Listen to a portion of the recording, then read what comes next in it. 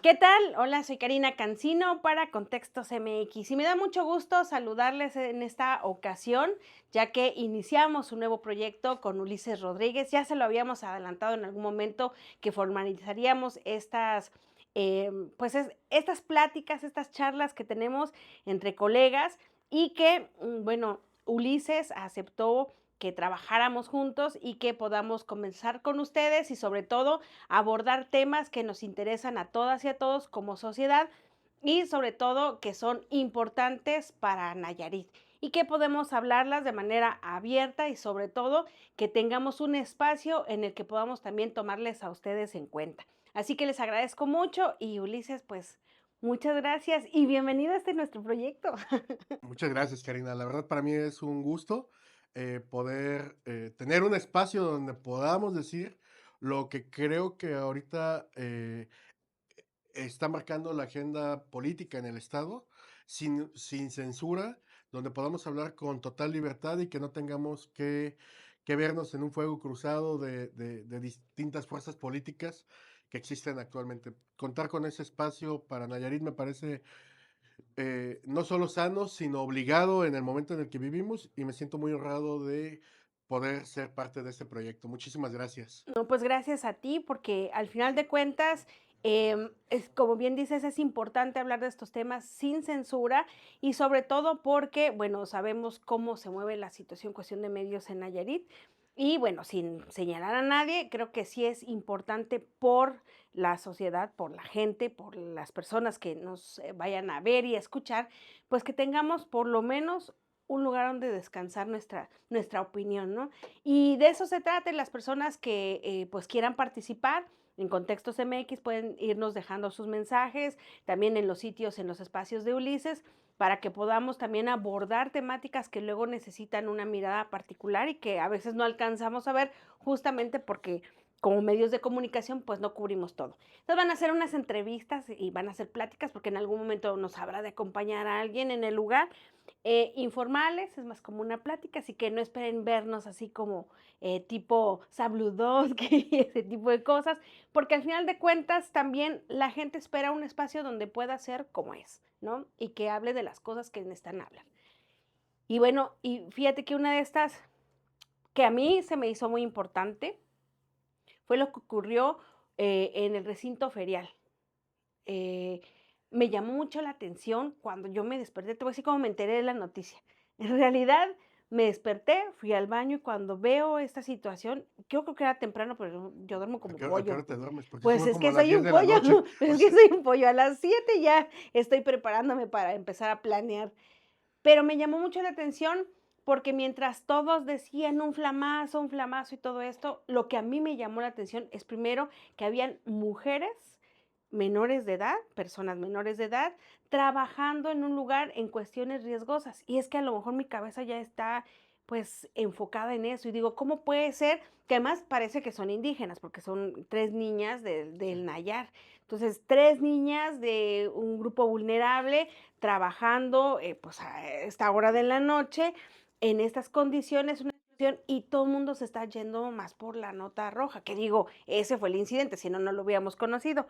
Pero me llama la atención porque los años que llevo trabajando aquí en Nayarit, muy pocas veces se hacen efectivas las revisiones que tiene que hacer la secretaría encargada de revisar estas cuestiones laborales, ¿no? Lo hacen y donde yo siento que hay más énfasis es en el campo, en las cuestiones del campo, de la caña, del café, del tabaco en algunos casos, pero en las cuestiones urbanas hasta se normaliza. Y no es que esté mal el trabajo, está mal el trabajo infantil, ¿no? Pero muchas personas lo justifican y lo entiendo, perdón, en cuestión de economía. Es decir, muchas familias necesitan que todos sus integrantes y todas sus integrantes trabajen para poder tener un sustento. O sea, eso no se puede evitar, digamos, de algún modo, pero se puede regular y pidiendo las condiciones. Hay organizaciones infantiles o esta red de organizaciones que hay en México para trabajar a favor de las infancias que están pidiendo, bueno, si van a trabajar y es inevitable que lo hagan y forman parte de esta cadena económica de las familias, cuando menos que se haga de una manera normada y sobre todo en condiciones de seguridad. Es decir, que no pongas en riesgo su vida. Y además que me parece dispar, Ulises, no sé cómo lo veas tú, que generalmente quienes tienen más riesgo son las niñas. Y esto para mí fue una bomba. Entonces, anoche que sacamos el texto en contextos, que ahora estamos trabajando un estilo, digamos, en el que tratamos de explicar el por qué también nos deben interesar este tipo de cosas y decirle a las personas lo que está pasando. Creo que es bien importante que abramos esta discusión del trabajo infantil en Nayarit y que lo estemos, pues, trabajando con las personas. No sé tú qué piensas. Mira, a mí me parece muy importante lo que comentas, pero sobre todo lo que escribiste inicialmente ayer cuando se dio a conocer la noticia. En este nuevo formato que estás utilizando en contextos, hay una parte donde dice, ¿por qué debería interesarnos como sociedad? Y Ujú, creo que tienes toda la razón. Todos nos fuimos con la nota roja, me incluyo. Sin embargo, con la nueva arista que tú planteas del trabajo infantil, bueno, pues allí tenemos un punto muy importante para que como ciudadanos reflexionemos. Es verdad, ya lo hemos normalizado. Hay un tema en donde la propia dinámica económica que tiene el Estado ha permitido que el trabajo infantil ya no nos escandalice, que lo veamos normal. ¿Por qué? Porque pues ya no nos parece extraño que un niño de 12 o 13 años ayude a su papá, a su tío en el negocio familiar. Sin embargo, dista mucho una situación familiar a lo que parece ser que ocurrió en la feria, donde las niñas eran empleadas del lugar. del Ujú. lugar y donde no sabemos quién las ponen a hacer, o sea, Aparentemente hacen tortillas y este tipo de cosas, que es muy común verlo en restaurantes de Tepic. sin embargo, por la simple cuestión del horario, pues ya ahí tienes un tema de análisis. Eh, la situación de las propias labores que ellas hacían, si hacen tortillas, están en contacto con un comal, Sí, están con en fuego, contacto con sí. fuego y ahí ya pones en riesgo su seguridad y su integridad. Ujú. Las personas que asisten a la feria, es decir, hay un sinfín de riesgos para las niñas y no son las únicas, seguro. ¿Cuántos puestos de comida hay en la feria? Que creo que es lo que más hay. ¿Y cuántos tienen a menores de edad trabajando? ¿Y sabes qué es lo peor en ese sentido, Ulises? Que al ser un evento, una actividad de autoridades, creo que es estatal en este caso, Es en el estatal. recinto ferial, debieron haberse garantizado las condiciones de protección civil necesarias, porque el mismo boletín que envió la Secretaría de Seguridad Pública mencionaba que se debió a una falla en una válvula que creo que se rompió y fue donde empezó a hacer, donde Un hizo el flamazo. flamazo y se quemaron las chicas. Entonces, hubo supervisión de parte de Protección Civil en cada uno de estos lugares. ¿Dónde está la Secretaría del Trabajo revisando las condiciones laborales, no solo de las niñas, particularmente de las niñas, de personas menores de edad, pero también de todas las personas las que están allí? Porque no sabemos en qué condiciones estén. Creo que son rotativas o como se dice, que viajan por todo el país, muchos de ellos, Sí, y pues no porque viajen en todo el país pierden derechos. Entonces, ¿qué se hace para reglamentar eso? Porque pues como actividad económica está muy bien, va a dejar una derrama económica en alguien cerca, ¿no? O sea, inicialmente en estos comerciantes, pero y la gente que va al lugar, como bien dices, ¿el flamazo alcanzó a otras personas? Creo que no, pero de todas maneras, imagínate si hubiera sido peor. mira, creo que este evento que ocurrió anoche va a dejar varias lecciones. Particularmente, bueno, esa es mi opinión, el tema del enfrentamiento entre el gobierno del estado y el ayuntamiento por esta clase de espacios, que inició, si no me recuerdo, a principios de diciembre o finales de A noviembre, mediados de no de de diciembre, fue a diciembre, principios sí. de diciembre. El ayuntamiento promueve un espacio, gobierno del estado promueve dos espacios y en un lado y en otro, o sea, autoridades municipales y autoridades estatales, la prioridad era ver quién vendía más ¿Quién espacios, llegaba más quién gente? ¿Quién le llevaba creía más a quién? gente, Ujú. exacto, o sea, un pleito político que deriva en consecuencias para los ciudadanos. El hecho del accidente que ocurrió ayer es lo que pone sobre la mesa el día de hoy las condiciones laborales de quienes están en el recinto ferial, pero también debe ponerlo sobre quienes están participando en el Bosque Encantado o En la en la loma, sí. Loma. Es decir, los ciudadanos, como ya lo hemos dicho mucho, somos víctimas de un fuego cruzado. Entonces, Al principio, el debate era que el gobierno del estado había utilizado a vecinos de la zona centro para quitar, para no permitir la instalación de juegos mecánicos En Juan en el Escutia. Juan Escutia. Ajá. Después, ahorita lo estamos viendo también, pues nadie ha acaparado tanto la atención del pleito político que nadie se pone a pensar en la seguridad, en En el Protección bienestar, en la Civil. Ujú. en la integridad de quienes están ofreciendo sus servicios o quienes están trabajando allí, con costos como los que ya acabamos de ver. Hoy me parece que son tres víctimas las de ayer, Sí, son tres tres, tres jovencitas. jovencitas que salieron heridas. Nadie se fijó en ese tema. Que, ¿sabes? Para aminorar la situación, corrió la versión de que los dueños, que eran familiares también de ellas aparentemente, se iban a hacer cargo de los daños. Pero consultando la ley del trabajo en el país y también todas las disposiciones que hay de las leyes internacionales, digamos, en materia de derecho laboral, exige que los patrones sean sancionados, que puedan, pues, remediar Pero ¿cómo esto. los vas a sancionar tú como autoridad si tú fuiste negligente inicialmente? Claro, es que no va a haber un juicio por esto. Yo espero que si la fiscalía realmente realiza una investigación, pues aborde este asunto del trabajo infantil, aborde las condiciones y sobre todo las responsabilidades laborales y responsabilidades, pues, penales que puedan existir, porque es muy grave. O sea, imagínate, vas a un lugar, te pones a trabajar y de repente el flamazo.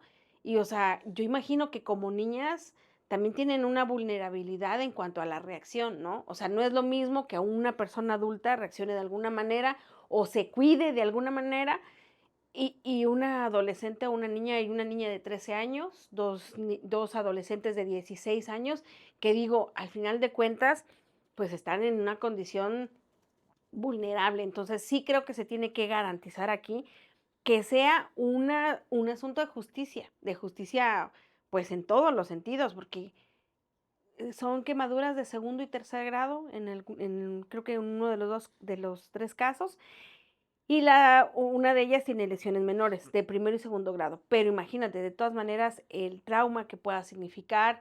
Yo sé que muchas veces son niñas muy guerreras, las chicas de la sierra, porque las condiciones en las que viven de por sí las forzan de alguna manera, las fuerzan, perdón, de alguna manera a formarse de ellas como mujeres, como carácter distinto, ¿no?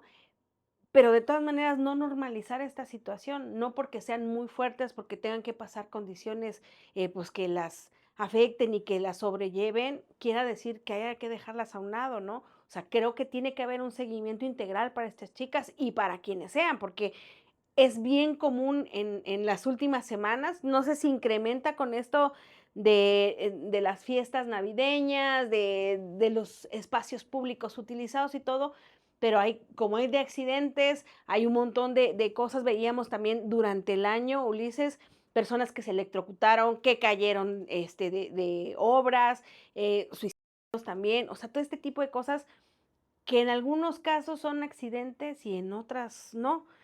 Pero ves, y no hay una cultura de prevención en ningún sentido, porque esto que pasó ayer en la feria pudo haberse evitado. No sé si Protección Civil del Estado les dio un curso de protección civil a todas las personas que iban a ocupar el recinto ferial, independientemente si son las de las comidas o si son de otros negocios. No sé si les dieron indicaciones qué hacer. Imagínate que se hubiera hecho más grande este asunto, ojalá no, qué bueno que no ocurrió así, pero que hubiera explotado el cilindro. Y como hay más, puestos de comida al lado, se incendian los otros y se vuelve un incendio incontrolable. ¿Qué hubiera pasado con los de los juegos mecánicos, las gentes que llegan a vender panes, o sea, todo ese tipo de cosas? Imagínate ese lugar. ¿Sabrían qué hacer en ese momento todos? Los de ese lugar en particular, ¿sabían qué hacer ante una explosión de eso? ¿Tendrían extintores? O sea, son muchas cosas que quedan en duda y que los vemos como hay un simple evento de nota roja o cobertura urbana, como se le llama ahora, pero que tiene implicaciones políticas, como bien dices, porque si se hicieron cosas express para que a ver quién gana en este asunto, a ver quién nos quiere más, porque son fechas en las que hay mucho amor, dices, o sea, nos están poniendo en medio, y yo lo he dicho muchas veces en mi página incluso, que estamos, como bien dices tú también, en medio de todos estos y no nos estamos fijando cuál es nuestra posición como sociedad. Fíjate que, bueno, hace tiempo un amigo me prestó un libro de Sara Sefcovic, es El país de las mentiras. Y yo he dicho que Nayarit bien podría ser el estado de las mentiras también. Y la premisa principal de este libro habla de cómo se contrasta el discurso oficial de las diferentes autoridades con lo que ocurre en realidad. Claro. Particularmente lo pondría en la cuestión de presupuestos.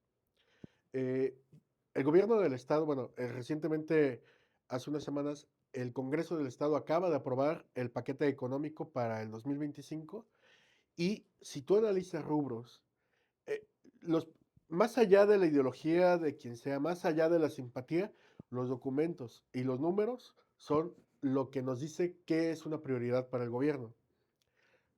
Gobierno estatal y gobierno municipal han implementado, por ejemplo, priorizado los presupuestos que tienen que ver con la promoción de su propia imagen. Es decir, vender la percepción de lo que no realizan en realidad sus respectivos Autoridades. Ujú, gobiernos. claro. Para el doctor Navarro y para Geraldine Ponce parece una prioridad generar la percepción más allá de realizar en verdad un buen gobierno. Entonces, en ambos casos, gobierno del Estado, el doctor Navarro ha priorizado, por ejemplo, la difusión, creo que para este año fueron 45 millones de pesos, Mira. pero que es un presupuesto muchísimo mayor al de protección civil y bomberos, Que que ocurre lo mismo en sí. Tepic. O sea, primero el gasto para promoción de imagen de Geraldine Ponce y Alejandro Galván, pero a bomberos, a policías, todavía se sigue teniendo adeudos con ellos, no se han mejorado sus condiciones laborales. El año pasado vimos todos como el incendio del basurero, en el caso de Tepic, pues puso contra las cuerdas al gobierno municipal. Y cómo salía Geraldine diciendo que estaba todavía Trabajando. trabajando, que estaban, cuando veíamos a los bomberos pidiendo ayuda a través de sus redes sociales, de sus familiares, lo mismo ha ocurrido con el gobierno del estado. En contextos, tú le diste seguimiento a pues a la demanda que tenían en bomberos del estado por el incremento salarial. Entonces dices, ¿de qué nos sirve que les hagan estatuas, que les hagan Reconocimientos, reconocimientos nombres. cuando no les remedian lo más básico, que es la seguridad de que puedan salir a trabajar sin pensar si les pasa algo, en qué institución se van a Atender, atender claro. o qué seguridad van a tener sus familiares en caso de que ellos ya no lleguen a estar? Entonces, sí hay este doble discurso que casos como el de la feria lo evidencian y nos tienen que generar a los ciudadanos profundas reflexiones al respecto. También hace unos días, ahora que mencionas esta situación, que me ha llamado, desde que consulté al señor Basulto, al general Basulto, sobre esta, creo que es general, no sé su cargo en este momento, pero que es reconocido por las cuestiones de protección civil en nuestro estado y en Tepic en particular, que decía que ellos a nivel nacional están trabajando para que se les reconozca como un oficio, como un bombero que forme parte también de estas leyes laborales para que puedan recibir muchos beneficios, porque hasta el momento solo son como una especie de personal, eh, pues con un nivel, digamos, menos profesional. Y en realidad los ves y son los que dan la vida.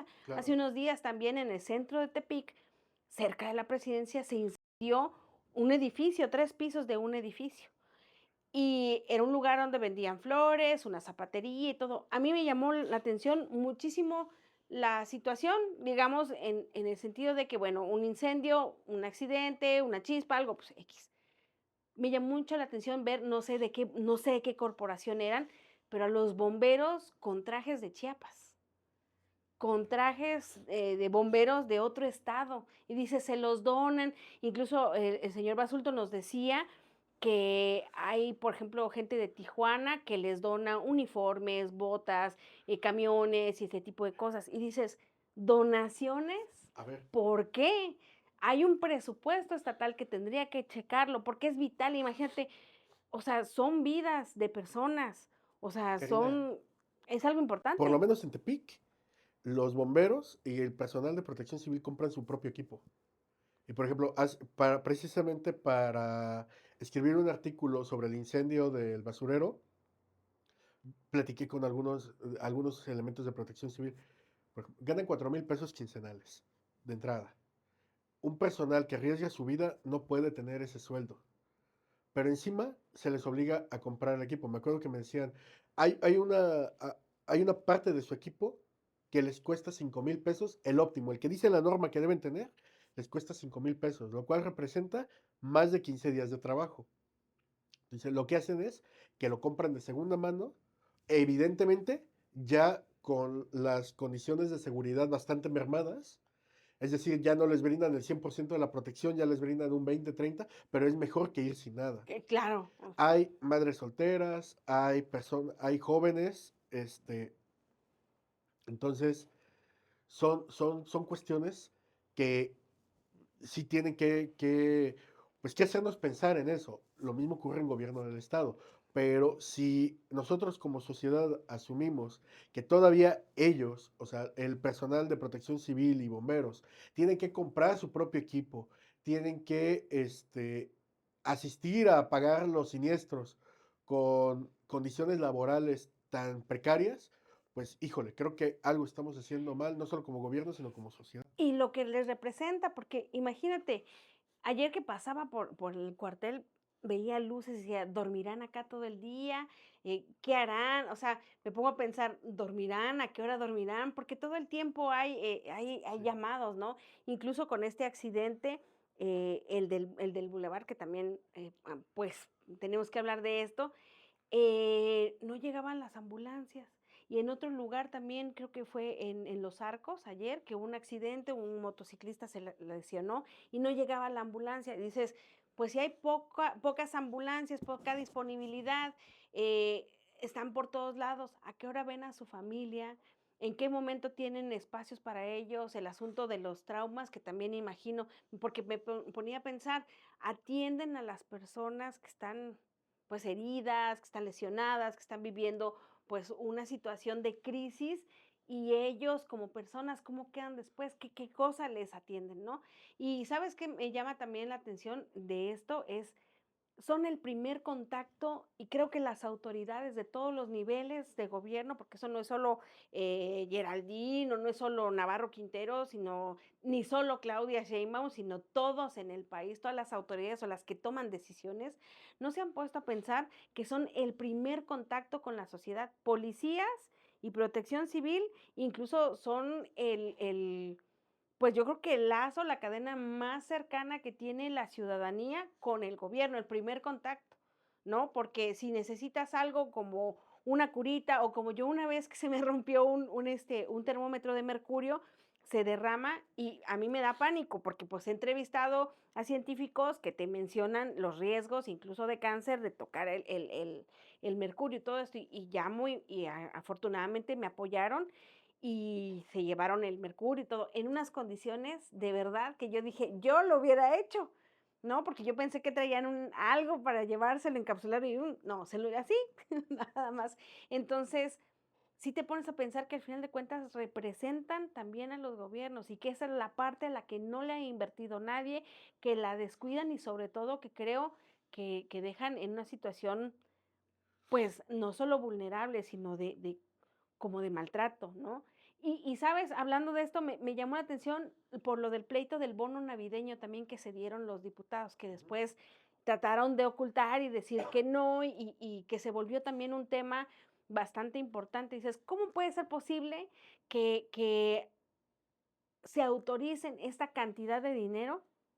Yo sé que tienen un trabajo que es muy formal y que requiere de una buena remuneración por lo que implica la generación de leyes para todas las personas. Pero el que un bombero, un policía no pueda tener un un un bono de fin de año de esta misma calaña, de esta misma cantidad, es ofensivo, porque yo no he visto a ningún diputado salvándole la vida a alguien, dándole respiración de boca a alguien, apagando un fuego o levantando a una persona con lesiones de primer y segundo grado, exponiendo su propia vida. Mira, Karina, no necesitaban hacerlo, porque además la mayoría no son muy listos. Entonces, Bueno, es mejor que no tengan la responsabilidad de salvarle la vida a alguien. sí, mejor. Pero con la asignación de uno solo de estos bonos hubieras equipado muy bien a, a todo el Departamento de Protección Civil de Tepic, por ejemplo. Imagínate el de los otros 19 No, municipios. Con uno solo de que los diputados hubieran donado para su bono para atender alguna de estas cuestiones, le hubieras comprado decenas de pares de zapatos a los policías, de las botas estas especiales que usan ellos, a los policías municipales, que tienen que andarlas comprando de segunda mano, o que tienen que andar repintando su uniforme porque el gobierno municipal no les ha dado. las chamarras en las que se protegen de todo, ¿no? Entonces, sí es un tema muy importante. Está todavía en la tiniebla este bono navideño. Aparentemente bueno, hubo inconformidad de parte de los diputados con el diputado presidente porque lo dio a conocer sin consultarles. Para la gente que a lo mejor no tiene tanto conocimiento de la dinámica legislativa, es imposible que este bono no se hubiera aprobado si no lo hubiera puesto sobre la mesa, si no se hubiera puesto sobre la mesa en En la la Comisión de discusión. Gobierno. Y en la Comisión de Gobierno, forzosamente, está el diputado presidente. Ujú. Entonces, este discurso o este doble discurso de, pues se lo van a dar los 29, pero yo lo voy a rechazar. Todos. Es absurdo, Sí, claro. es absurdo.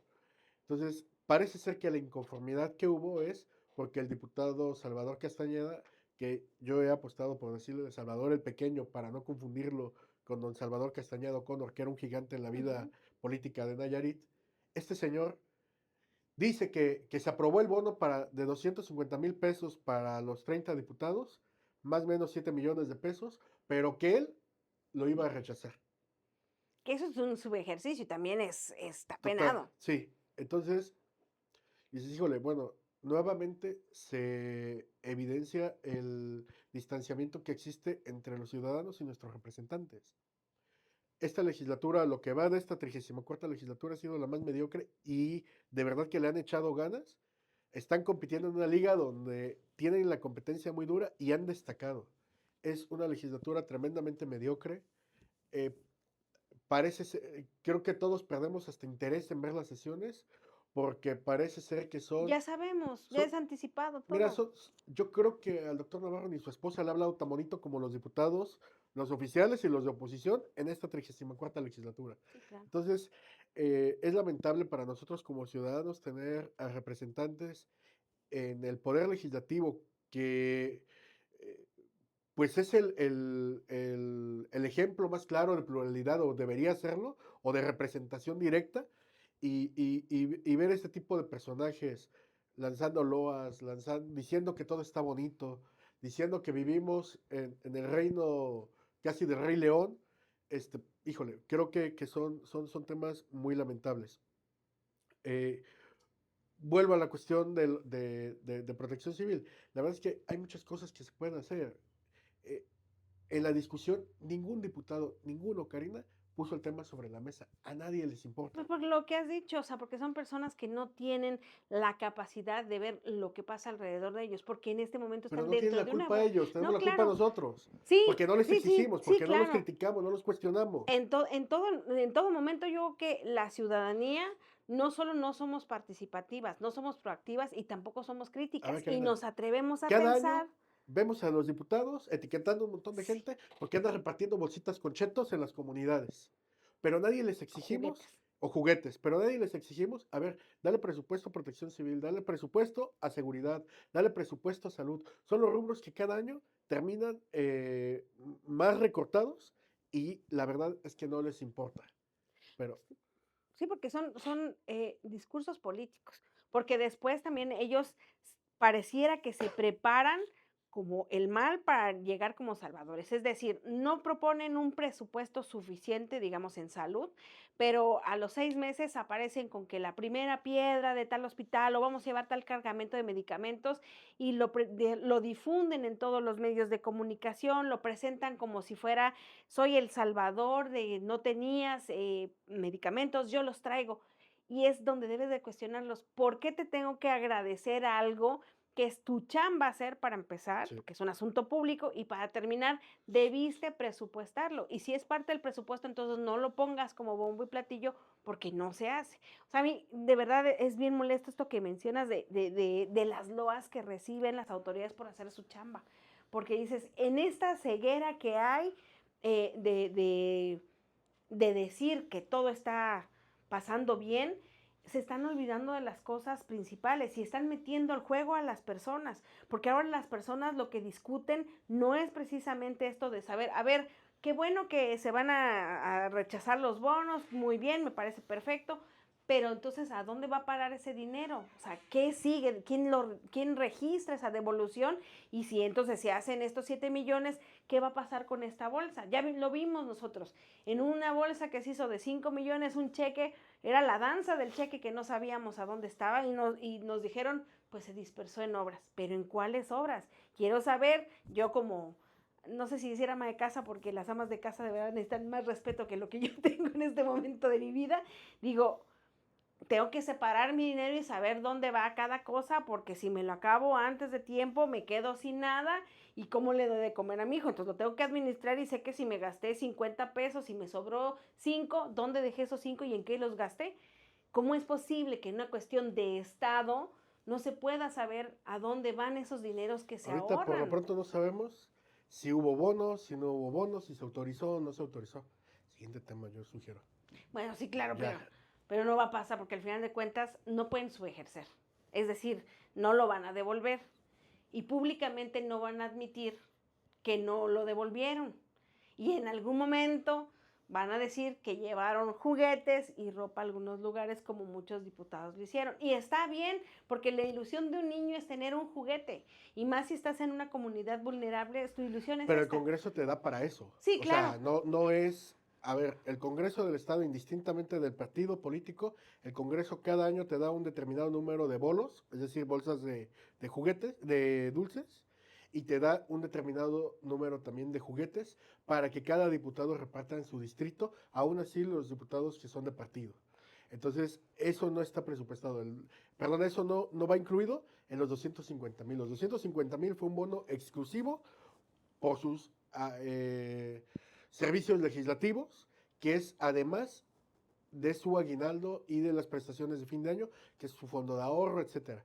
Es decir, eso fue únicamente por el hecho de ser diputados. Entonces, no pueden decir que lo utilizaron para llevar a las comunidades, etcétera, etcétera, como seguramente lo veremos. Pero el mundo no es de juguete. O sea, al final de cuentas, esas niñas y esos niños, yo creo que sería preferible que se crearan fuentes de empleo en esas comunidades y en las que pudieran tener no uno, dos juguetes o tres juguetes o cuatro juguetes, qué sé yo, ¿no?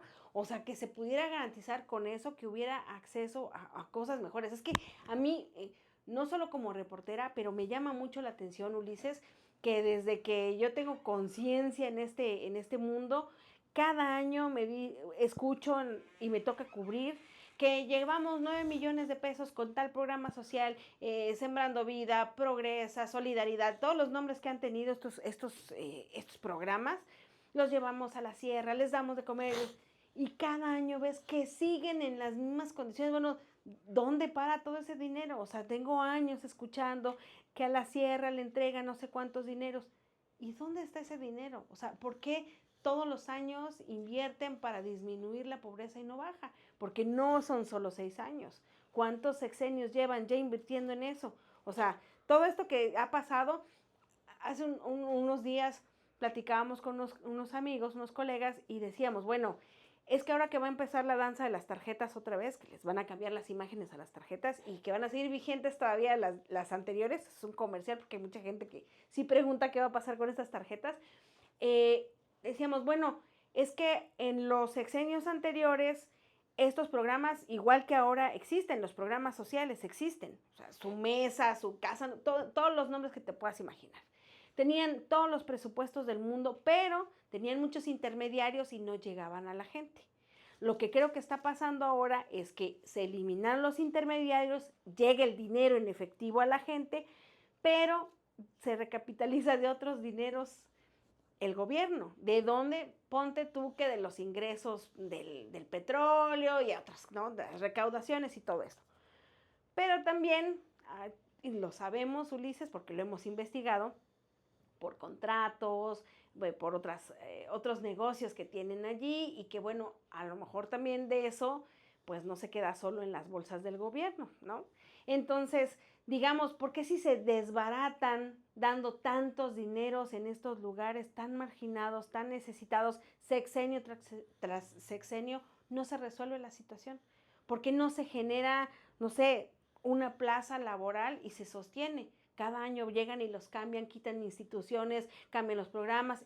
Este tipo de cosas sí son político-electorales. Desde luego. Esto no tiene nada que ver con que sea la necesidad y la ilusión de niños de recibir juguetes. No tiene solo que ver con la protección civil, sino que tiene que ver con todo ese tipo de, disculpa, de basura político-electoral que traen marcadas aquí ya las gentes públicas de los partidos. Y gentes que no eran de partidos, pero que llegaron a estos partidos porque es la única manera de acceder al poder en nuestro país, desafortunadamente, ¿no?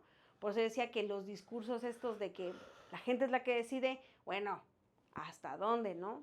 Si cuestionas, no eres ciudadano, porque eres opositor.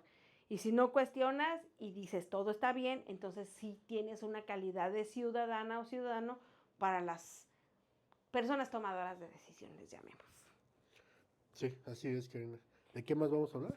Pues es que íbamos a seguir con el tema de lo del accidente, pero creo que es lo mismo, ¿no? Sí, es la misma. Hablar del asunto de la protección civil, pero más allá de la protección civil, esto del accidente del taxi que ocurrió en el Boulevard Tepic, Jalisco, por la madrugada, y que falleció una persona, una mujer, era esposa del conductor del taxi, aparentemente 3 jovencitas en estado de ebriedad, una de ellas, la conductora, choca al taxi de una Por manera pasarse brutal. el semáforo. Ajá.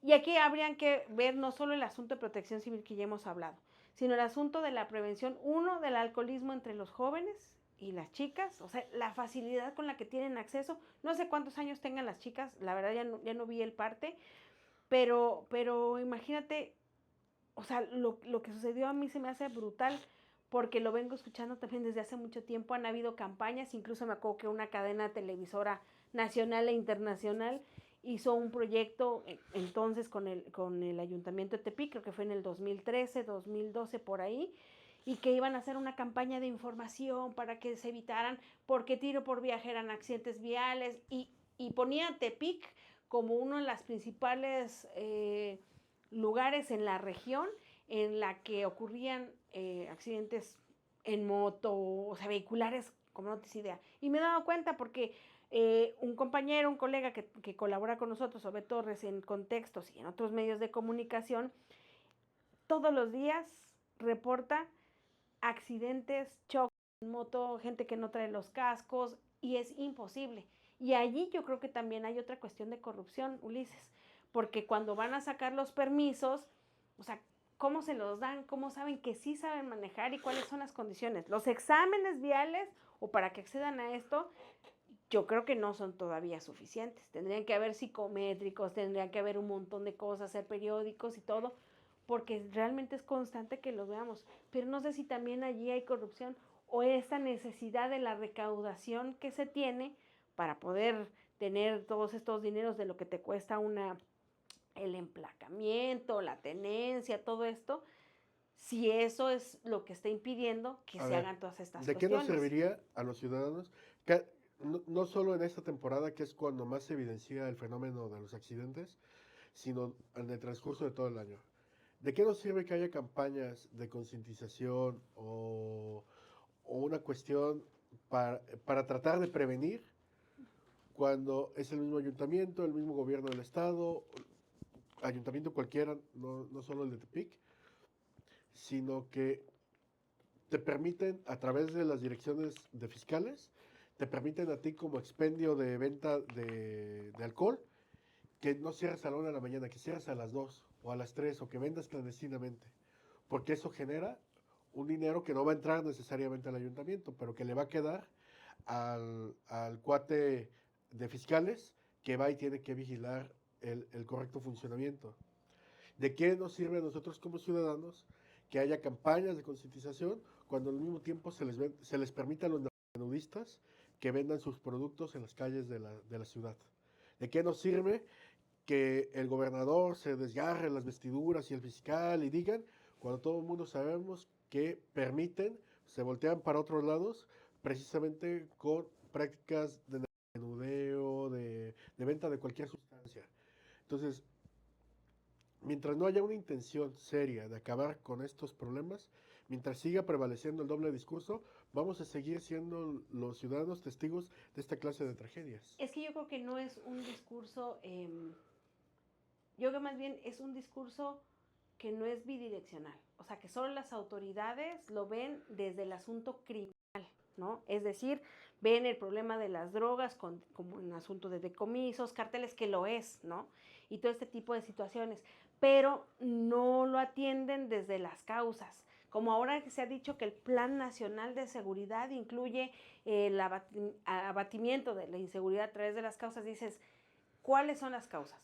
¿No? O sea, sí las económicas, pero están relacionadas entonces con otro tipo de cuestiones, con otro tipo de legislaciones. La salud mental de las personas también, la salud física, la salud, en general la salud de las personas, yo creo que es multifactorial y que no ha sido atendido, porque no hay esta visión, porque al final de cuentas solamente es el lado criminal, y criminal para los fines, yo insisto que siempre tiene que ver con el asunto electoral, porque es al final de cuentas ver quién hace más decomisos y qué gobierno, de qué color es el que más cosas, dices, bueno, sí, pero ¿cuál de eso ha sido más efectivo en cuanto a que la gente, uno, pues no sé si consuma menos, porque al final de cuentas, o sea, comemos y bebemos cosas que no debemos comer y beber, que también dices, pues sácalas del mercado, pero pues también significan dinero, ¿no? Y en la cuestión de las drogas, pues es lo mismo, ¿no? Al final de cuentas es un asunto de consumo. Entonces, ¿por qué también no regular el asunto de los consumos? Así como le haces los aranceles, o perdón, los impuestos que se le ponen, por ejemplo, a los cigarrillos. Eso no ha dejado, o sea, el impuesto yo creo que tampoco ha funcionado para que la gente deje de fumar. O sea, si ya no te compras, o te compras la caja y ya te la piensas y te la fumas, o no sé, pero se me hace que tiene que ser desde otro punto de vista y no solamente el que se tiene que atender desde todos los puntos de vista.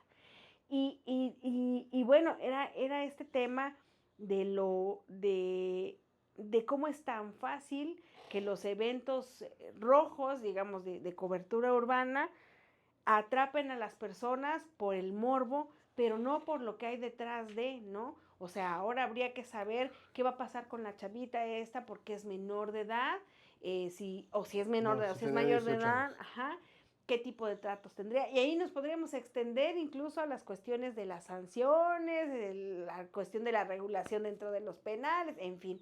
Es que todo está encadenado y las personas no acostumbramos a ver más allá, sino a quedarnos en el hecho simplemente.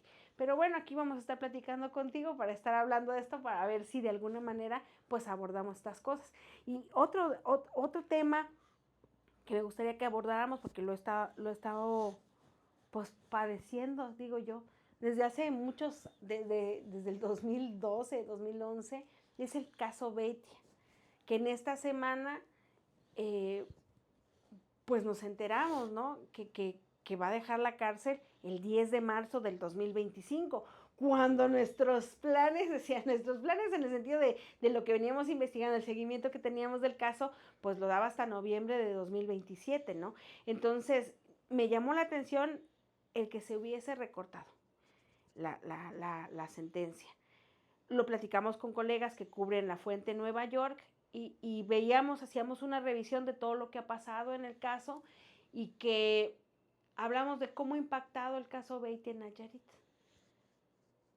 Y la respuesta que yo les di es, en efectivo, nada. ¿No? O sea, porque lejos de tu opinión, para mí, el caso Beitia se ha visto, sí, desde el punto de vista criminal, sí, desde a quienes detienes, a quién señalas, los juicios y esto, pero ¿qué pasó con la sociedad? No hay, no, yo no veo un después, ¿no? Sí, la gente se siente tranquila a partir de marzo de 2017, cuando se lo llevan y se va y hay como una especie de respiro, ¿no? ahora que dimos a conocer esto de que se adelantó su salida, yo sí sentí como que hubo una especie de frustración y de miedo en mucha gente por lo que podría implicar. Pero bueno, haciendo el análisis es qué implica, ¿no? O sea, qué podría significar para las personas que saliera. Uno, reiterar que esta anticipación de la salida de Beitia se debe a la colaboración que tuvo con la DEA, con el FBI, con varias autoridades en los Estados Unidos, con las que la sola participación que tuvo en las audiencias de Salvador Cienfuegos y en el proceso judicial que llevó Genaro García Luna le sirvió para que le dijeran, bueno, por colaborar, por asistir en esto, vamos a checar tu sanción y vamos a sacarte de allí, y lo adelantaron, ¿no? Porque además hay una ley que permite que los presos federales puedan acceder a algunos beneficios. Creo que es la ley 35 en este momento, se me acaba de ir, lo tenía aquí. Pero una vez que realizan esta colaboración y si tienen también un buen comportamiento y otras cosas, les permiten reducir su condena y les piden que paguen una multa. Beitia ya pagó $1,000,000 para asegurar todo esto, $1,000,000, perdón, de dólares. Que dices, ¿de dónde lo sacó? Pues bueno, tenía un montón de activos, ¿no? O sea, camiones, refaccionarias, en Estados Unidos también su familia tiene congeladoras de frutas, de mariscos, en fin, muchas de estas cosas. Dinero, pues parece que sí tiene, ¿no? Garantiza esto, garantiza participar en los juicios. Fue desestimado en las audiencias de Salvador Cienfuegos porque consideraron las autoridades que su testimonio no valía la pena, pero se lo admitieron. Y en el de Genaro García Luna se lo dieron por válido, que yo he cuestionado esto porque he dicho que en algunos momentos pues ni siquiera coincidían las administraciones, y segunda, pues no creo que hayan tenido necesariamente que verse, o sea, porque no creo que un director de tránsito o un fiscal pueda llegar hasta esos niveles a negociar, no lo sé, pero me parece que incluso las autoridades en Estados Unidos cuestionaron algunas de estas situaciones. Y bueno, y él le escribe al juez de la causa que pide que le revisen su juicio porque no le mostró la DEA ni el FBI un video donde lo vean al traficante diciendo si hay que conspirar para pasar la droga y todo esto. Se lo dan por bueno, Ulises, y le dicen vas para afuera y pues, el 10 de marzo quedaría libre. Ahora está en una penal de Kentucky que es de menor seguridad, que no es como lo que hemos escuchado de las detenciones de otros narcotraficantes de renombre, que los tienen en penales de máxima seguridad. A él ya le han reducido estas condiciones. Y lo otro es la reacción que sí hubo aquí, que empezaron las familias de víctimas, personas de víctimas de delitos, a exigirle a la autoridad que diga cuál es la situación que tiene en este momento en Nayarit. Y el fiscal nos dio una entrevista, bueno, me dio una entrevista, y él dice que hay 6 carpetas de investigación que derivan para una solicitud de extradición, que se la hacen al mismo tiempo a la Fiscalía General de la República, se la piden, y aparentemente con eso sostienen que el 10 de diciembre la volvieron a actualizar para que la gente se sienta segura y que ya está y que hay seguridad de que esto va a pasar. Y las piden, y las que reaccionan, además de las personas de delitos como secuestro, Son como las madres extorsión, buscadoras. ¿mande? Son las madres buscadoras. Son las madres buscadoras que dicen, bueno, es que directamente sabemos que él no va a aparecer, digamos, como el perpetrador principal. En algunos casos sí están, pero pues bajo su mando estaban policías, habían funcionarios, había gente que dependía de él. Entonces ya los están investigando, y el fiscal en esta entrevista nos dice, bueno, pues que hay de colaboradores que él tenía, que sí, pero que además faltan denuncias y que la gente no se ha acercado a denunciar. Pero yo creo que hay delitos que no se tienen que se tienen que seguir de oficio cuando hay señalamientos como desaparición forzada. Cuando Beitia, en la misma audiencia que tienen el 23 en febrero, dice que es responsable de cuando menos 10 homicidios, una treintena de desapariciones y extorsiones y más delitos, él mismo confiesa en el lugar, creo que deberían de atenderse por oficio. ¿Y por qué lo está declarando en una corte? No lo está declarando en su casa, no lo está declarando en el parque, en un podcast, lo está diciendo en una corte. Y creo que la autoridad de Nayarit no ha entendido que esa situación es lo que hace agravante en materia de derechos humanos, que está confesándose y que tendría que hacerlo ya por oficio y apurarse, porque lo que está pasando actualmente con las madres buscadoras es garantízame que sí existe esta orden de extradición. A mí el fiscal quedó de enviarme los documentos, me dijo, te voy a mandar una versión pública para que la puedas hacer pública, mostrarlas y que vean las personas. Es la hora que no lo tengo. Deja de eso, Karina. A ver, tú decías al principio de la plática o de este capítulo sobre Edgar Beitia, decías, ¿en qué nos mueve? Pues la verdad es que noticiosamente, más allá del morbo, creo que no nos ha movido nada. ¿Y por qué creo que ocurre este fenómeno? Después del respiro que hubo en marzo del 2017, vino la certeza de los ciudadanos de que pues nada había cambiado. O sea, desde marzo hasta septiembre del 2017, cuando todavía continuó el gobierno de Roberto Sandoval en su última etapa, Beitia estuvo detenido, pero todos los mandos medios y Las gentes que las hacían gentes las que tenían chambas. los policías, todos siguieron exactamente en el mismo lugar, salvo uno o dos que se escaparon por allí. Pero esencialmente la estructura criminal que montó Edgar Beitia a partir de la Fiscalía General del Estado se mantuvo.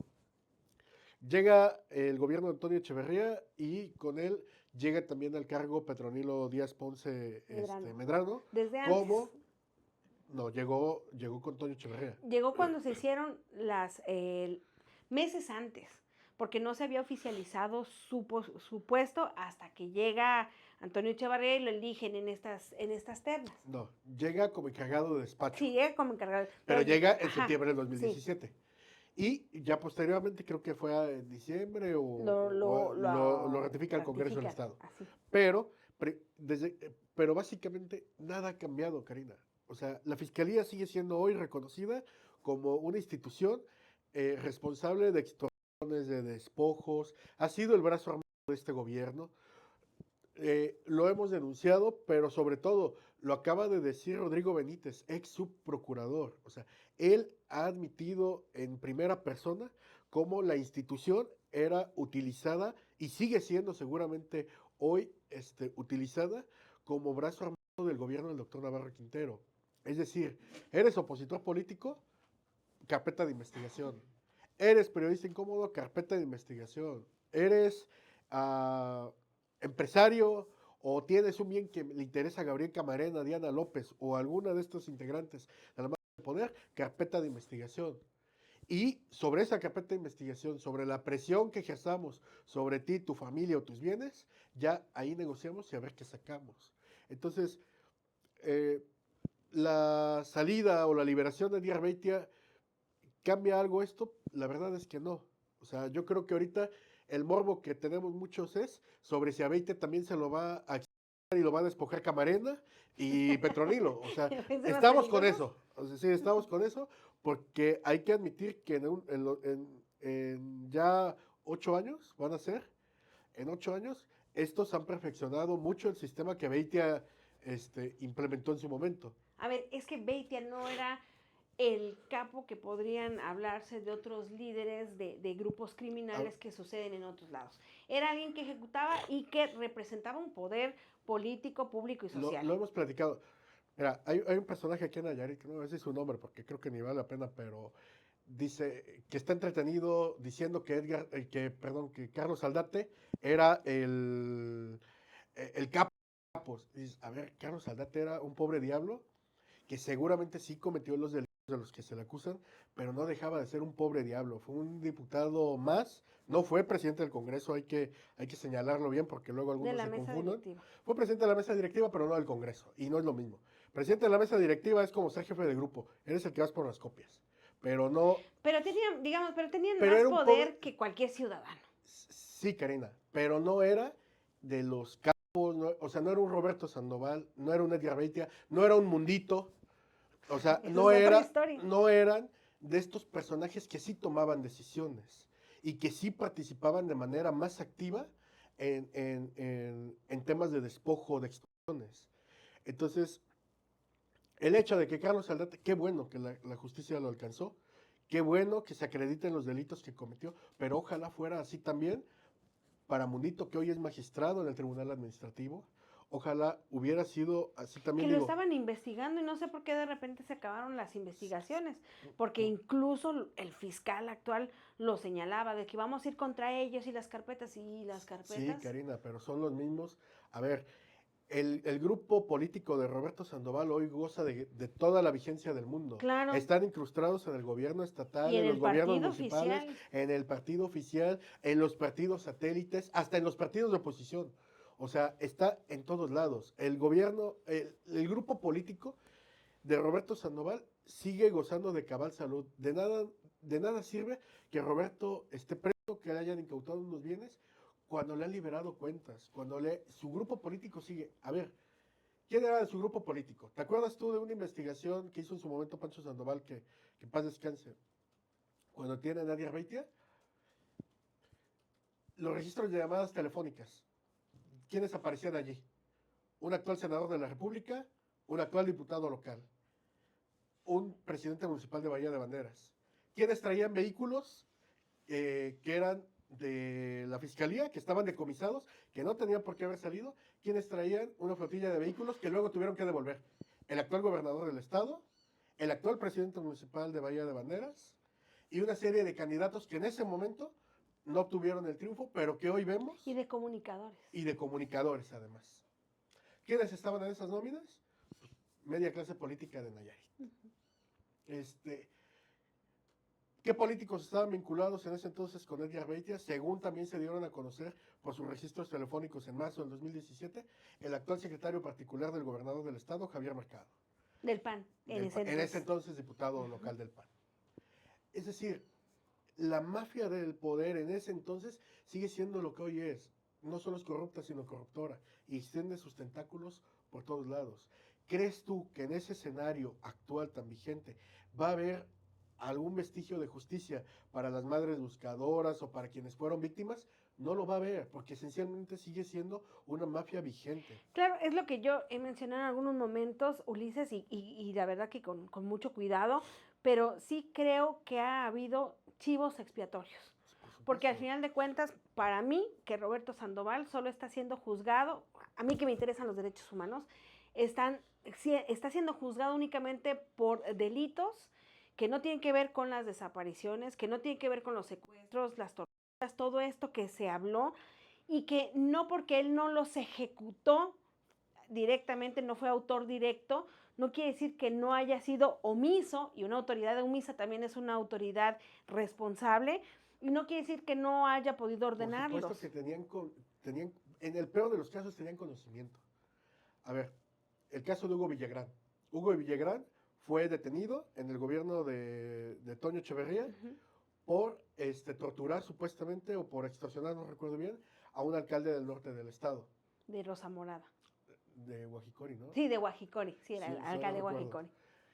Lo denuncia, lo detienen, va el entonces senador, el doctor Navarro Quintero, hoy gobernador del estado, va y lo saca con su equipo jurídico.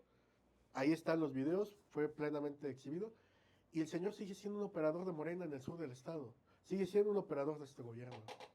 Entonces, no hay, perdón, la verdad es que eh, escuché la entrevista que te dio el fiscal Petronilo. Mis respetos, muy bonito todo, pero para mí, quien es integrante de una mafia nunca va a tratar de perseguir a los verdaderos mafiosos. Porque al final Que de es el cuentas, caso que yo creo que ocurre actualmente en el estado de Nayarit. porque como funciona es quien llegue a la cárcel es como desechable, es como un Kleenex. Después, salvo que fuera realmente, te digo, el jefe de la banda, de ahí en fuera, pues son desechables. Por eso es que mucha gente dice que cuando Beitia salga, si sale uno, no regresa a Nayarit, dos, esperemos que sí haya en efectivo esa orden de extradición. Lo que podría salvar la Karina, ¿para situación qué quieres a Beitia internado aquí en un en un reclusorio reclusorio con todos los privilegios del mundo, donde todo el mundo le diga patrón, y organicen algo. donde organice, o sea, porque la mafia con la que él trabajó sigue gobernando Nayarit. Entonces, La verdad es que yo no lo veo a Edgar Beite que vaya a estar apesadumbrado, reflexivo, que vaya a estar en una celda solo. La verdad es que no. O sea, tiene a toda la... Imagínate si en una corte de Estados Unidos dijo, este, odió las declaraciones contra Genaro García Luna, contra Salvador Cienfuegos, imagínate lo que no tiene que decir y las pruebas que no tiene Para sobre la clase todos, política claro. local de Nayarit. Sí, ¿recuerdas cuando Roberto Sandoval al salir de una misa, porque cumplía un año su sobrino, cuando lo entrevistan y le preguntan sobre este pleito que tuvo con Enrique Ochoa, el ex líder del PRI, que dice, bueno, yo me peleé con ellos porque en mi partido, pues que no lo Donde dice que consideraban, apoyó que, a Morena. ajá, no, en particular dice Andrés Manuel López Sí. Obrador. Dice que él le dijo a su gente que, que votaran por ellos, que votaran por él, porque era la mejor opción.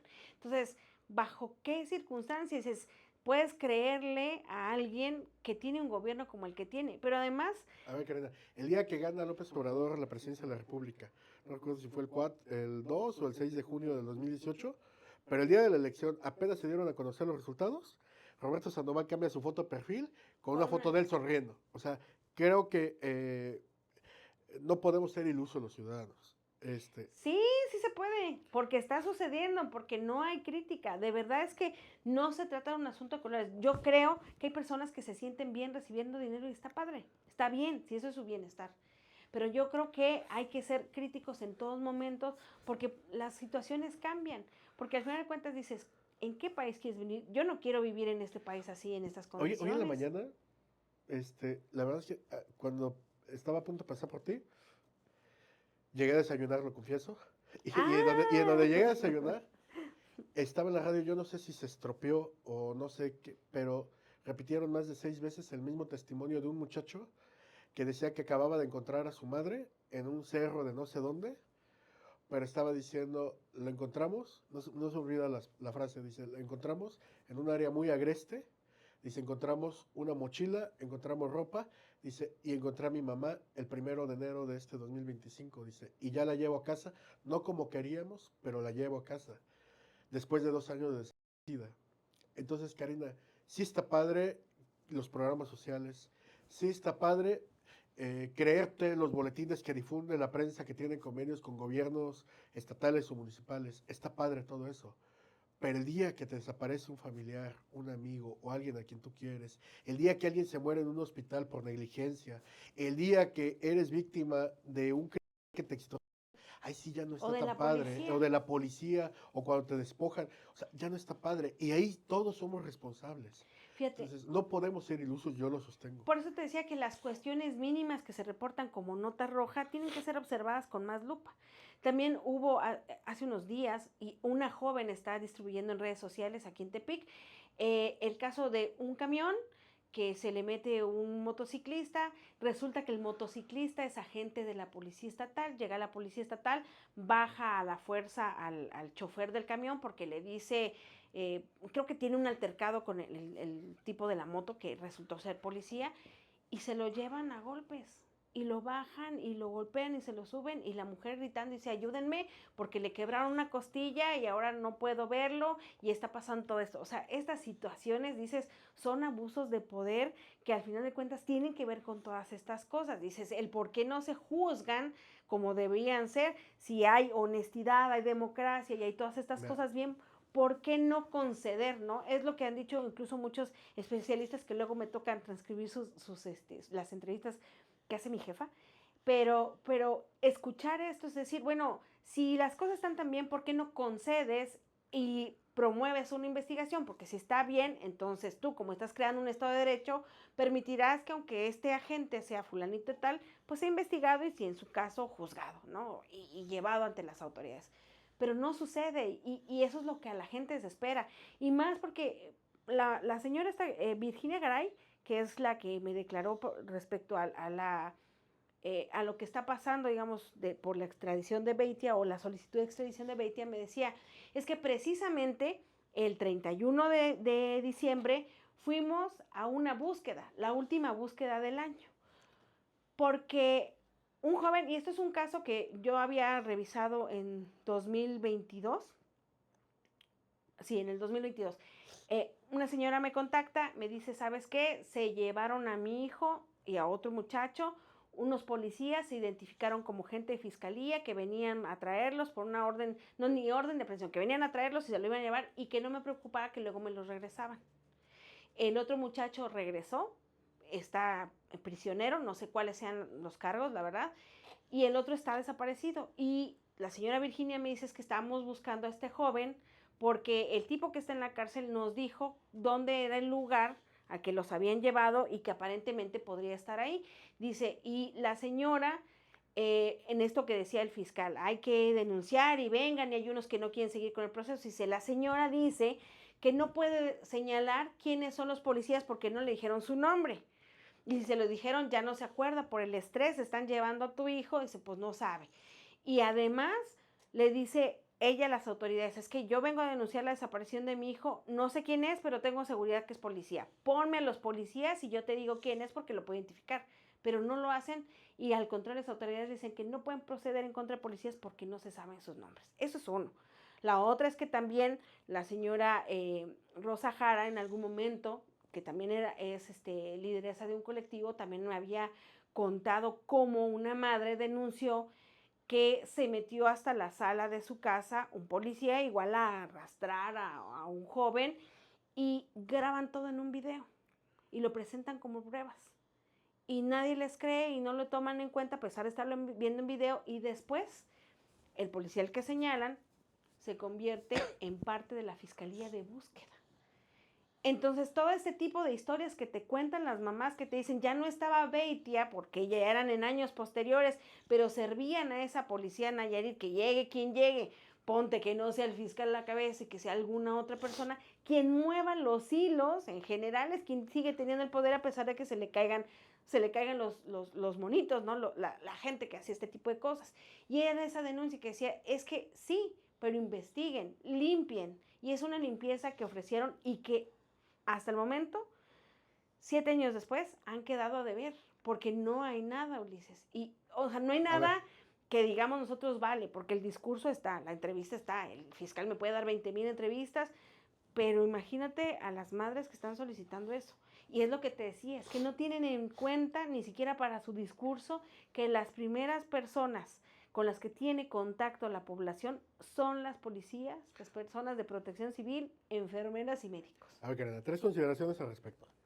Primero, el gobernador del estado, cuando se cumplió el plazo para la recabación de firmas de la revocación de mandato, no solo difundieron un boletín súper triunfal de que el De las 95% de la personas lo gente querían. lo querían y respaldaban el gobierno y todo esto, ¿no?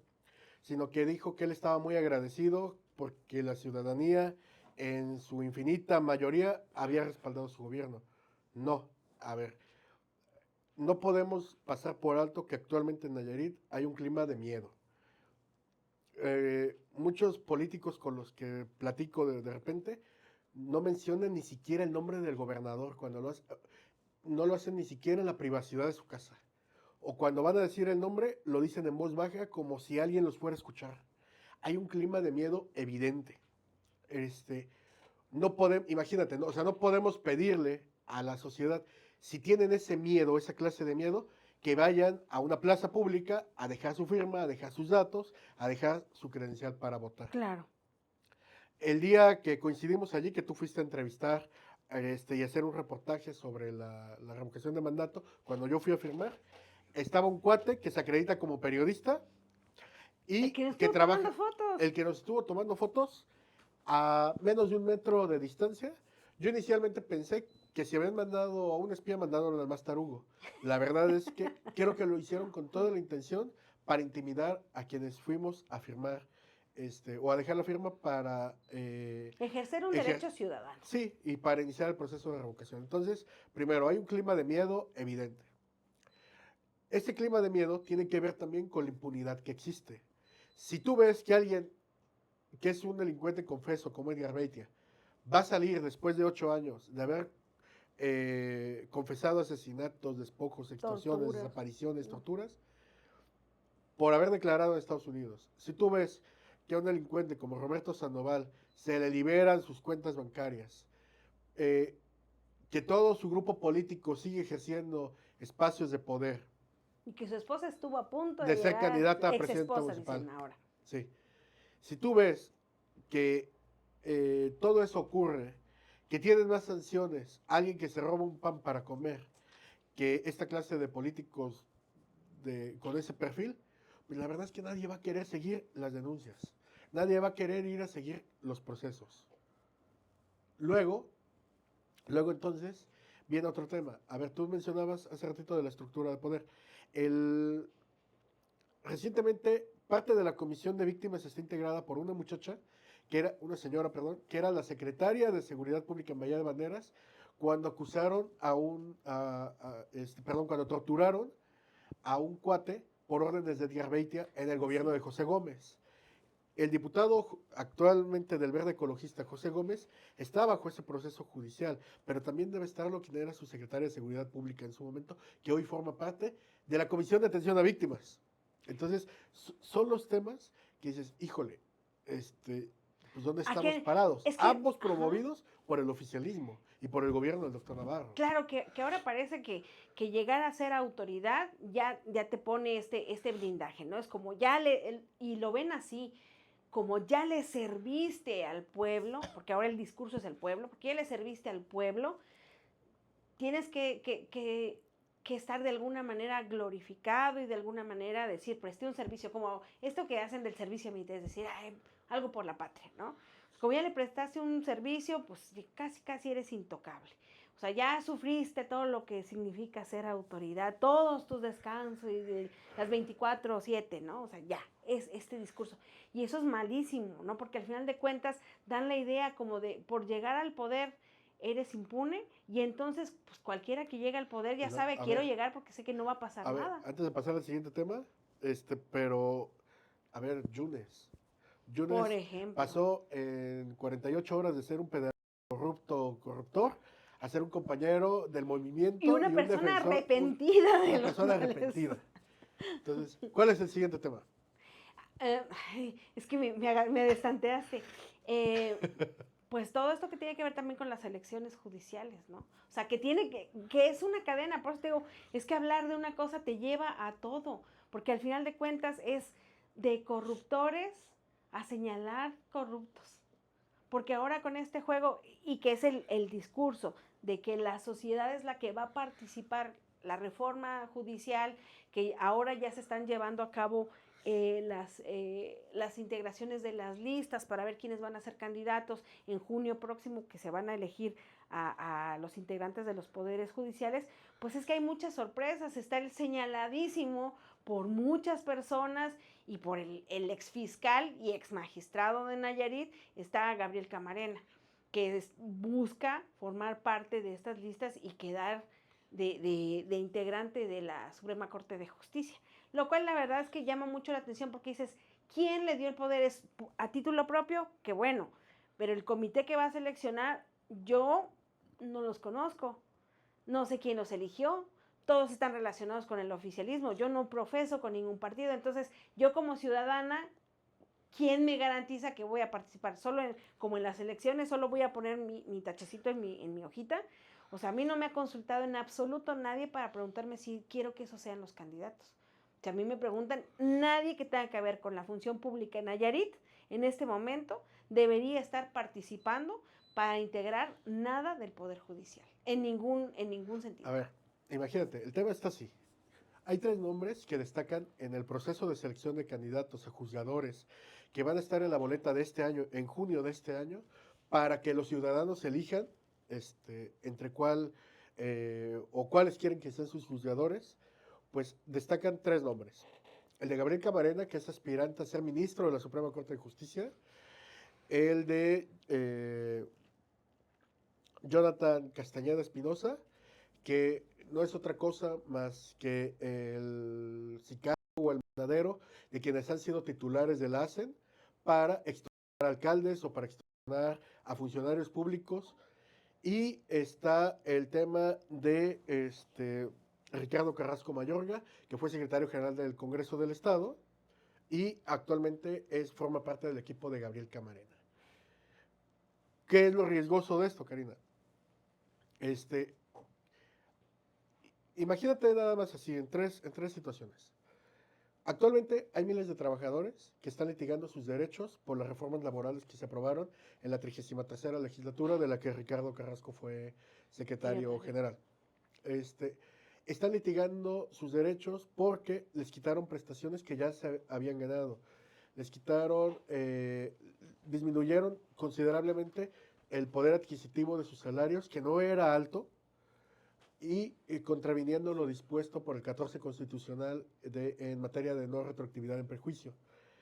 Entonces, imagínate que como ganan la elección y como juzgadores tienen que tener conocimiento de los mismos pleitos de los que formaron parte.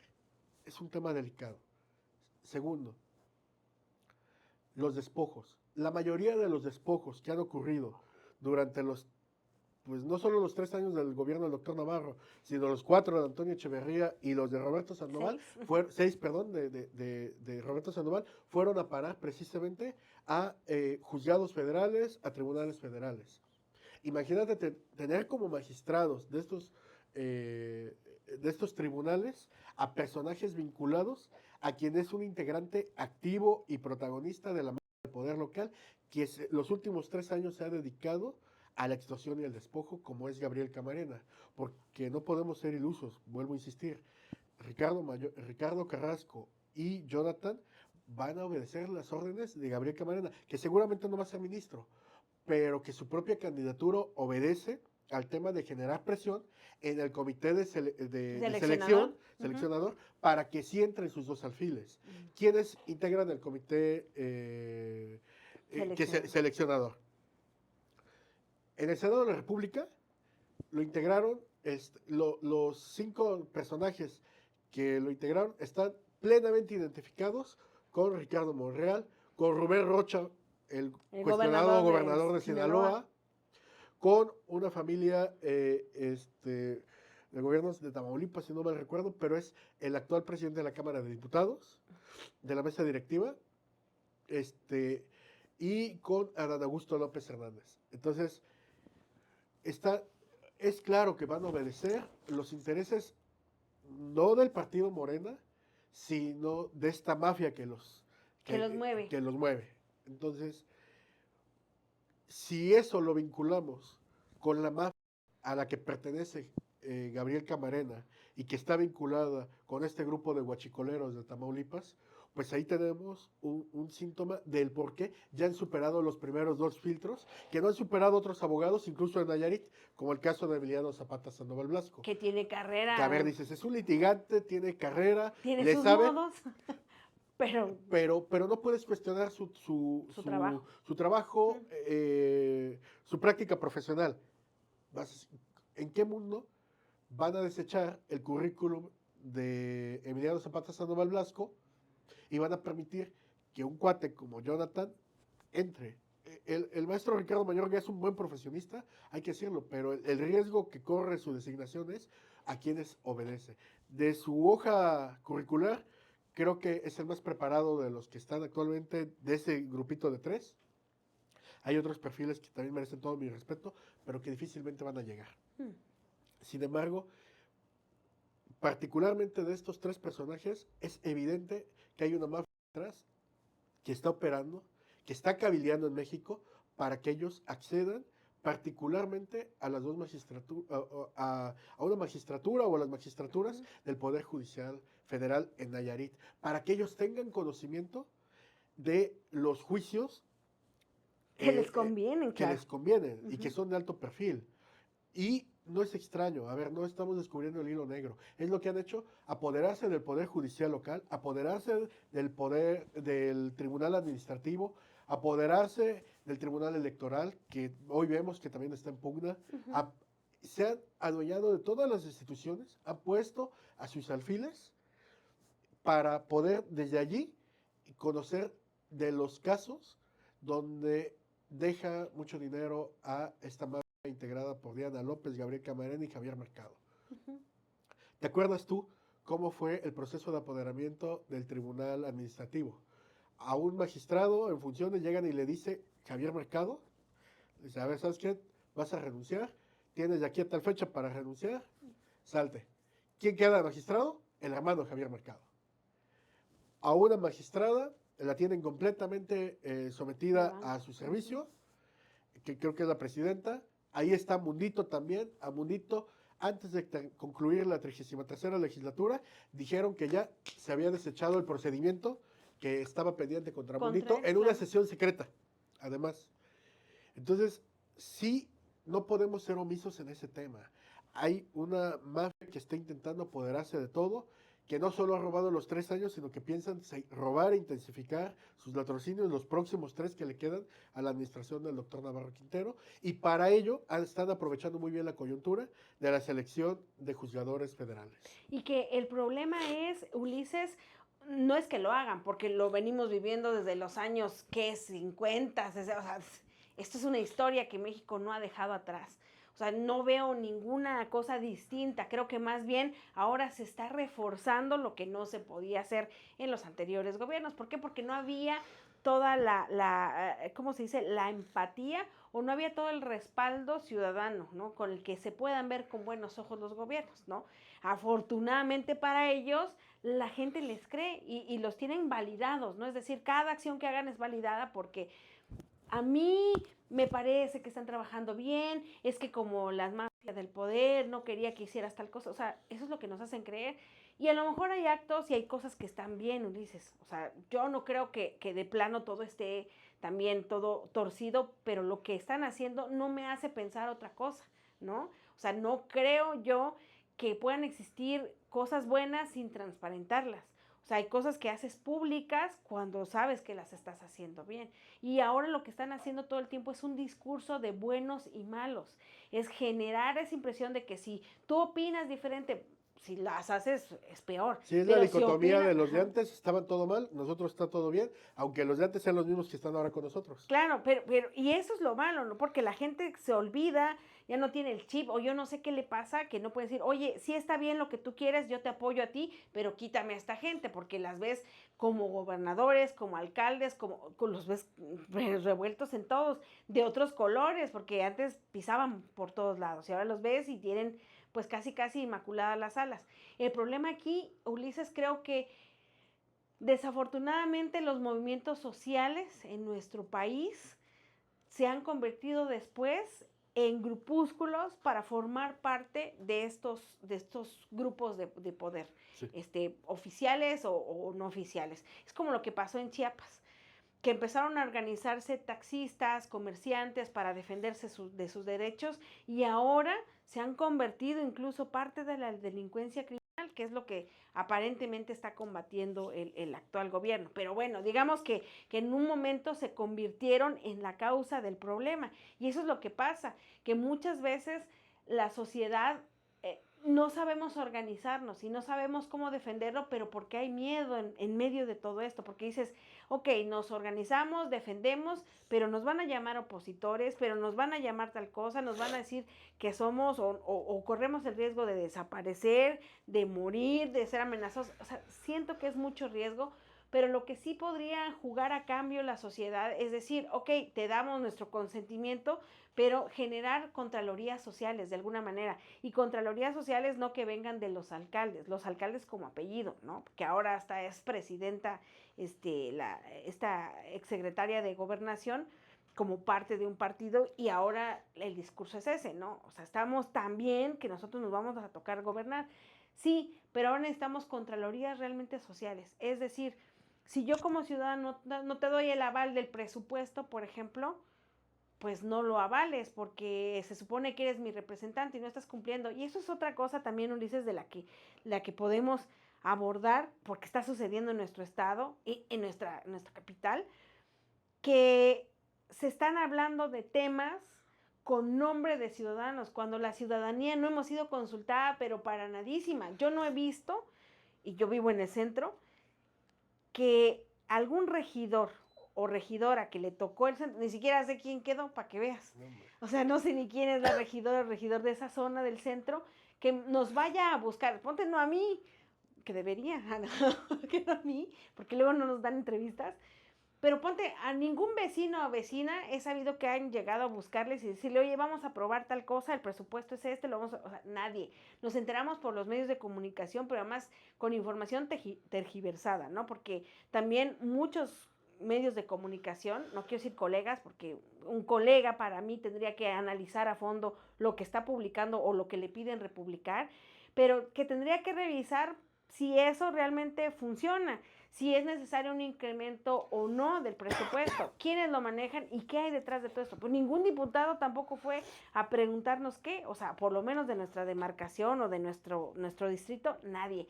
Entonces, esto es un juego y la gente no entiende que estamos inmersos y estamos en medio de este juego que es meramente dialéctico, ¿no? Pues que no hay más allá una intención de realmente tomarnos en cuenta, sí en el sentido de aparentar, de decir, te estamos dando tu pensión, te vamos a dar una beca, tales cosas, pero eso no significa que estés participando del gobierno.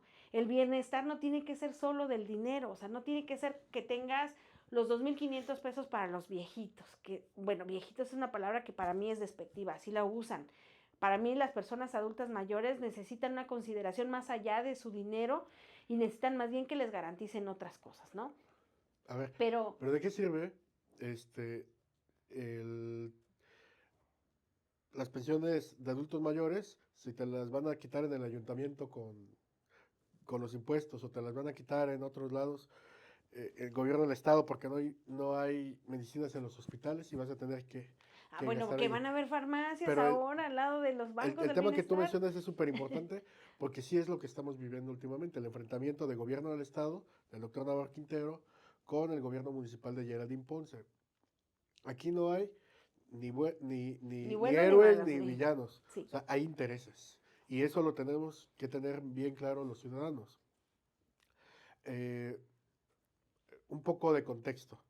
El gobierno municipal, a partir de las elecciones del año pasado, eh, en su integración, aunque ganaron todas las demarcaciones la alianza oficialista, Morena, PT y Verde Ecologista, en el ayuntamiento de Tepic actualmente hay dos facciones. Los regidores del Verde Ecologista obedecen a la senadora Yasmín Bugarín, naturalmente, que es aspirante también a la gubernatura junto con Geraldine Ponce en el bloque oficialista.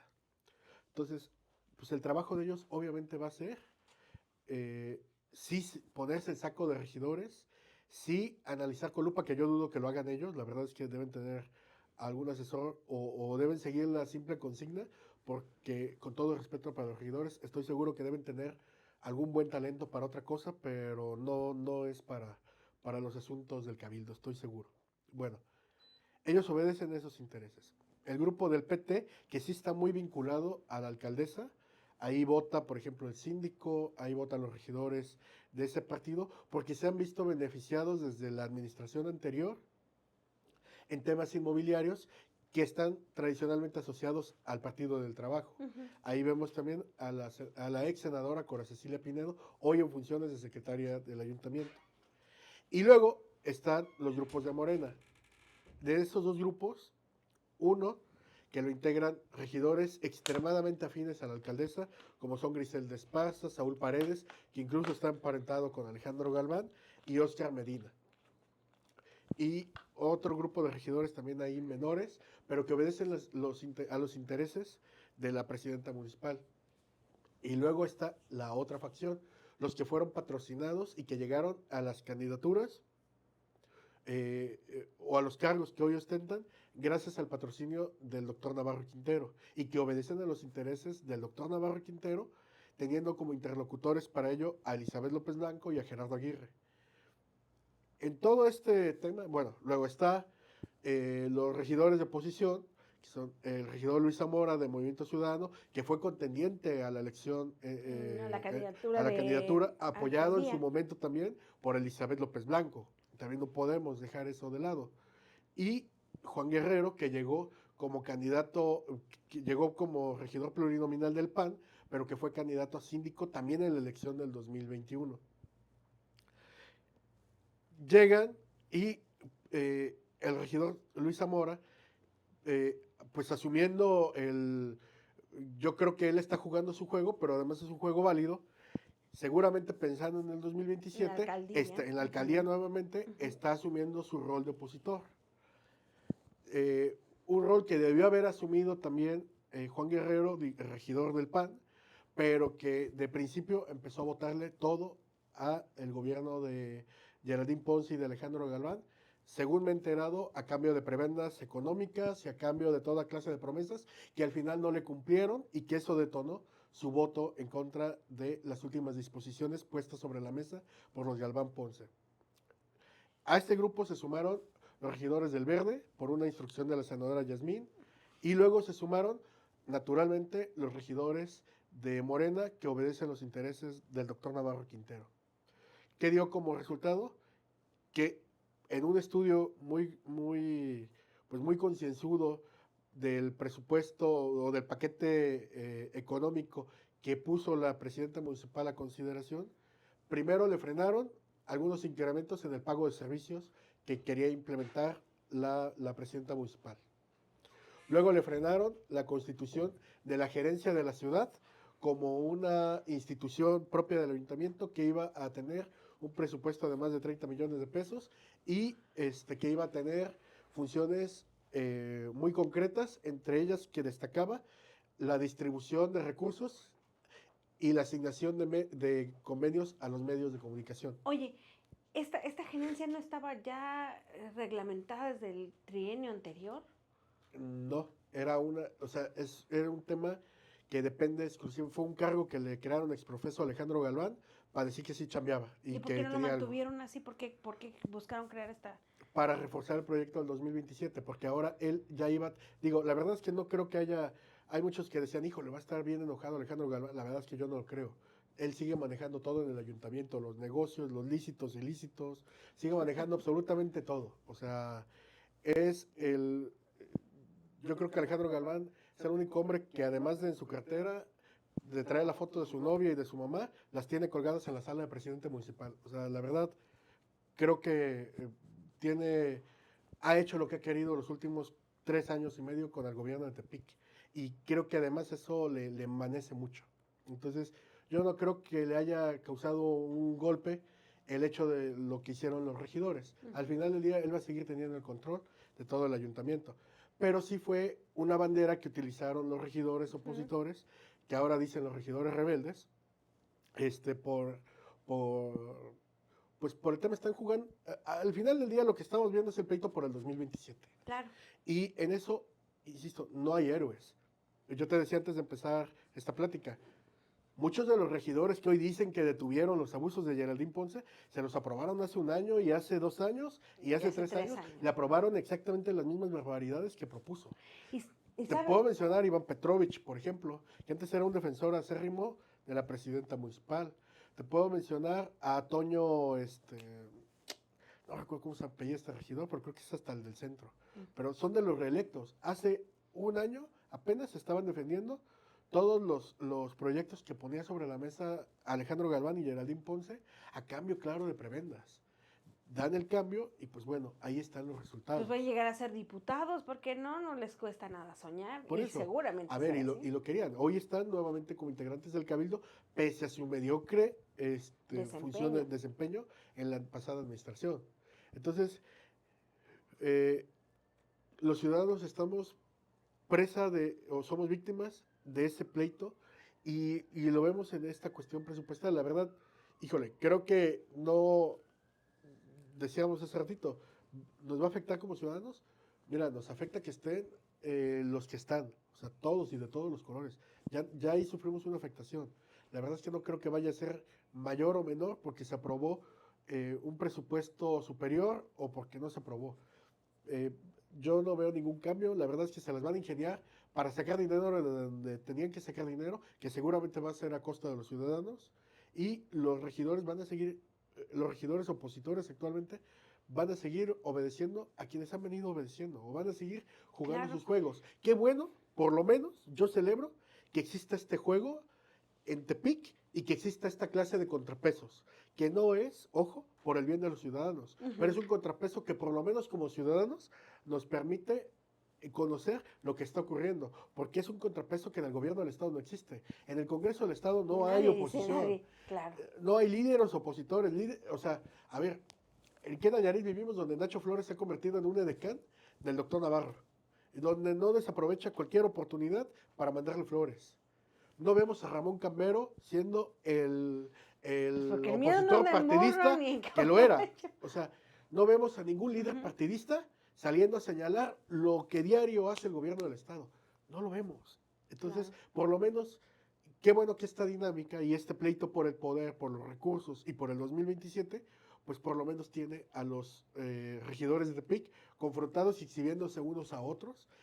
Así ya decimos, híjole, pues sí estamos entre bandidos, pero qué bueno que se peleen entre ellos, al menos tenemos conocimiento de eso. Pues es que al final de cuentas no sé si es que bueno que se peleen entre ellos, porque hace unas horas cuando estaba revisando las redes sociales, leía en uno de estos medios que replican la información que decía, ganó el pueblo, o sea, el pueblo rebelde, o sea, no los regidores, sino el pueblo rebelde. Dice, no es cierto, a mí ni siquiera me preguntaron nada, o sea, yo no estaría a favor de nadie, o sea, de ningún lado, ni de uno ni del otro, porque dices, ¿cuáles son, cómo llegó a la regiduría después de perder la A ver, candidatura el regidor emesista?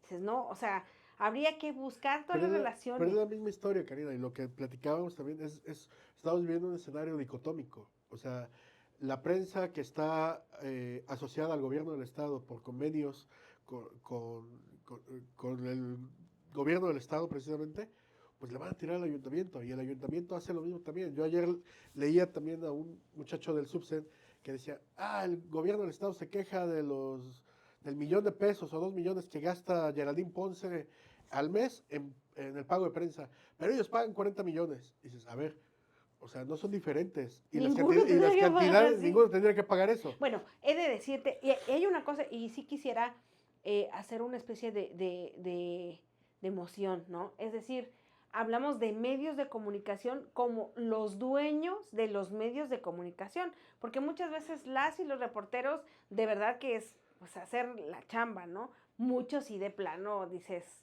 mejor no preguntes, ¿no? O sea, hay que ser honestos en este sentido, digamos, porque también yo me pongo a pensar, un país sin medios de comunicación, imagínate, sería desastrosa también la situación. Yo creo que hay que medirlo también en la justa dimensión que hay estas cosas. Y hay que hablar de la importancia de lo que tienen los dueños de los medios de comunicación, ver la historia, que para empezar no son periodistas. Y para terminar, en este tema, o sea, en esta parte de este tema, es que las autoridades también están obligadas de ley de dar recursos a los medios de comunicación como gasto de comunicación social. Es decir, sí está normado el que las autoridades puedan pagar publicidad en los medios de comunicación para que puedan darle a conocer a su ciudadanía los avances de En su temas gobierno de seguridad, salud y educación. y Sin cultura. embargo, y cultura. Sin embargo, no lo advertimos así. Lo que vemos son boletines donde dicen que la La presidenta municipal imagen, las es la mejor imágenes. presidenta municipal del país, donde vemos que el jefe de gabinete es el mejor jefe de gabinete del país y de los países vecinos. Y Y el corazón del gobierno, como dice el ese es el Estado. exactamente. Y ese es el deterioro que han sufrido los medios. A ver, yo recuerdo mucho al doctor Navarro Quintero en sus años de candidato opositor, cuando criticaba precisamente este uso faccioso de todos los medios de comunicación, y hoy lo está llevando a un nivel que Ney González hubiera envidiado con toda su alma. O Pues sea, eso se trata. en el 2006, 2007, eh, criticó un medio que hoy es de los más favorecidos, por cierto, en las nóminas oficiales, publicó un reportaje donde decía que Ney González gastaba 360,000 pesos diarios para promover su imagen. Y dices, hoy las cantidades son por lo menos 4 veces De mayores. millones. 4 veces mayores en gobierno del Estado, para el mismo fin. Hoy parece que estamos viviendo el libro este que te he recomendado de Enrique Serna, del vendedor de silencio. Hoy no se les paga a los medios para que difundan las acciones de gobierno. Hoy se les paga para que no hablen sobre los actos de corrupción de quienes integran a la clase gobernante. Y ese es el problema. Este, tú ves las listas de los medios que tienen convenios tanto en el ayuntamiento como en el gobierno del Estado, y Karina, hay páginas que la verdad dices, híjole, no voy a entender que se le estén pagando 50,000 pesos mensuales. Bueno, 50,000 es lo más bajito. Algunos. Entonces, eh, muchos han salido a decir, es que yo no cobro eso, cobro mucho menos. Bueno, ahí es un tema ya que tiene que ver con sus directores de comunicación social. Sin embargo, sí es un deterioro que como sociedad hemos tenido para ya, creo que ya vamos a finalizar esta plática, pero sí es parte del deterioro que tenemos todos como sociedad y no le podemos exigir al gobierno algo que como ciudadanos no hemos aprendido nosotros primero a reclamar. Claro, porque no se trata de casarse con los partidos y las personas, muchas veces ni siquiera con las ideas, sino de buscar realmente que todas las personas podamos acceder a beneficios mínimos, Sí, ¿no? Es decir, poder acceder a salud como se debe, a educación como se debe, o sea, que te garanticen que vas a tener acceso a ellos sin que tengas que hacer todo un viacrucis, ¿no?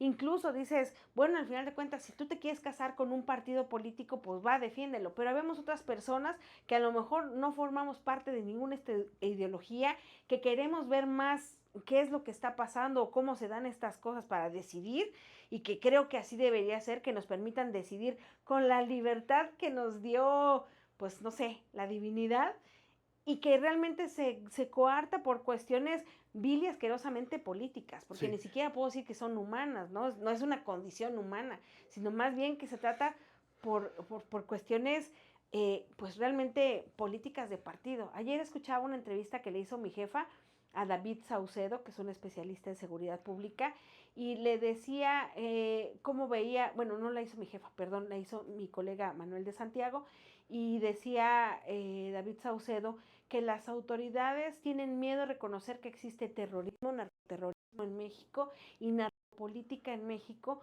porque prácticamente están cooptados todos o muchas de las autoridades que ejercen en el país el poder, y hablaba pues no solamente de Guerrero, o sea, sino, prácticamente cuando Todo hizo el el país. recuento así de todo el país. Entonces, hasta que no se reconozcan que existen estos problemas, entonces no se va a resolver, porque no hay la visión de resolverlo, sino de ir pues esquivando y lograr de alguna manera salir bien librados, que eso desafortunadamente pues lo estamos viendo y lo estamos viviendo. Y bueno, no sé, ¿qué te parece con todo esto? ¿Cómo vamos a empezar el 2025 y cómo crees que lo vayamos a hacer? Si es que podemos hacer tan lejos la visión. Híjole, Karina, pues yo creo que tenemos agenda, hay una agenda. El reto siempre va a ser que como ciudadanos nos preocupemos más por estar informados, por ser más participativos y pues hay que seguir viendo cómo se pelean nuestros políticos. No, yo creo que más que ver que se peleen, hay que ser proactivos. Y Sí, cuando menos desde lo que nos toca, Ulises, o sea, desde hacer nuestra chamba, de incluso interactuar con las demás personas, no sé si cabe en este sentido decirlo, pero tratar de hacer lo menos daño posible, porque incluso en las cuestiones personales, lo que hay que hacer menos es pasar sin raspar mueble, ¿no? sí, Como se dice coloquialmente. Entonces yo creo que si como ciudadanas y ciudadanos lo empezamos a hacer, eh, esa misma cultura que vamos generando en algún momento se va a volver política y en algún momento las personas vamos a reaccionar, porque al grado que estamos, al deterioro que estamos en este momento, yo no veo cómo podamos dejar de pensar en enfrentamientos, en violencia, en feminicidios, en incendios, en trabajo infantil, en todo esto que hemos hablado. No sé si podamos dejar de hablar de ello en algún momento, pero sí creo que podemos empezar por lo menos en casa, por lo menos en nosotros mismos como personas, y después eso que eres tú se refleja con los demás. Entonces yo sí creo que es un asunto de proactividad. Tenemos que empezar a participar, observar y decir. Y yo creo que sí hay mucho miedo, pero hay redes sociales, y yo creo que siempre dejando en claro quiénes podrían ser los perpetradores, eso es lo más importante, decir quiénes podrían ser las personas que te hicieran daño por decir o hacer lo que estás haciendo. Porque creo que si en un país como el que dicen que vivimos, que México es un país libre, entonces lo que estemos diciendo en cualquier momento, lo que estemos opinando, no tendría por qué ser juzgado para hacer daño en este ámbito de libertad. Así sí. que, bueno, pues Les agradezco a todas las personas que nos están viendo a través de estos medios de comunicación, que están atendiendo el llamado, digamos, a opinar, a juntarnos, a tener un foro donde poder discutir estas cuestiones y sobre todo te agradezco a ti acceder a participar conmigo en esta intención de espacio abierto, de lugar, que luego hay que ponerle un nombrecito porque dicen que lo que nombras existe y si existe es para bien. Entonces, luego le busquemos un nombre así bonito. Sí, te Muy bien, gusta. Karina, muchísimas gracias por la invitación y como siempre un placer platicar contigo de todo esto que ocurre en el estado de Nayarit. Muy bien, pues muchas gracias y vamos a estar pendientes de una siguiente transmisión. Hasta luego. Gracias.